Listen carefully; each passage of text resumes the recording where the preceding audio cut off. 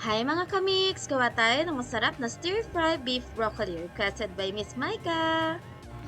Una, maghiwa lang tayo ng karne ng baka na ayon sa gusto nating sukat. Ako, ginawa ko itong manipis para mas mabilis lumambot at para mas mabilis maluto yung ating baka. Pagkatapos, imamarinate natin ang baka gamit ang toyo, oyster sauce, sesame oil, paminta, at cornstarch. Haluin itong mabuti hanggang sa ma-well coat yung ating karne. Dikdikin ng bawang para mas lumabas ang aroma nito mamaya kapag iginisa natin. Pagkatapos, hiwain ito ng pino at maliliit.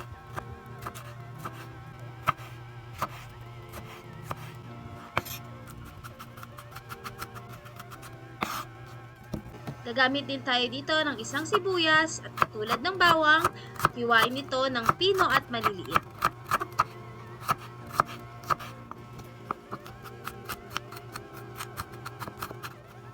Ngayon, hiwain natin ng broccoli. Hiwain ito sa maliliit na piraso o florets para madaling maluto at kainin. Sa kumukulong tubig, ibablanch natin ang ating broccoli in 30 seconds para manatiling malutong ito at hindi malabsa.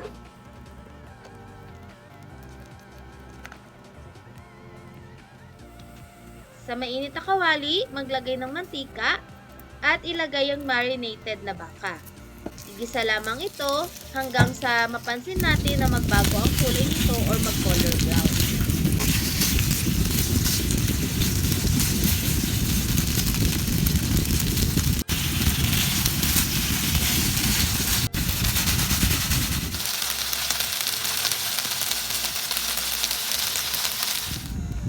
Sa parehong kawali, maglagay ulit ng mantika at igisa yung bawang, pati na rin yung ating sibuyas. Isa ito hanggang sa lumabas yung amoy. Saka tayo maglalagay ng 2 tablespoon na soy sauce, 2 tablespoon na oyster sauce, 1 tablespoon sesame oil. Maglalagay din tayo ng tubig o kaya naman yung beef broth, paminta, at iba pang pampalasa. Haluin lamang ito ng mabuti, takpan at hayaang kumulo. Pagkatapos kumulo, ilagay lang natin yung baka.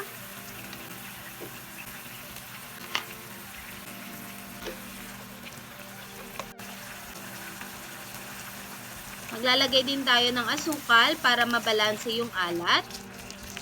Pagkatapos, haluin ito hanggang sa ma-well coat ang baka. Tapos, isunod natin yung gulay.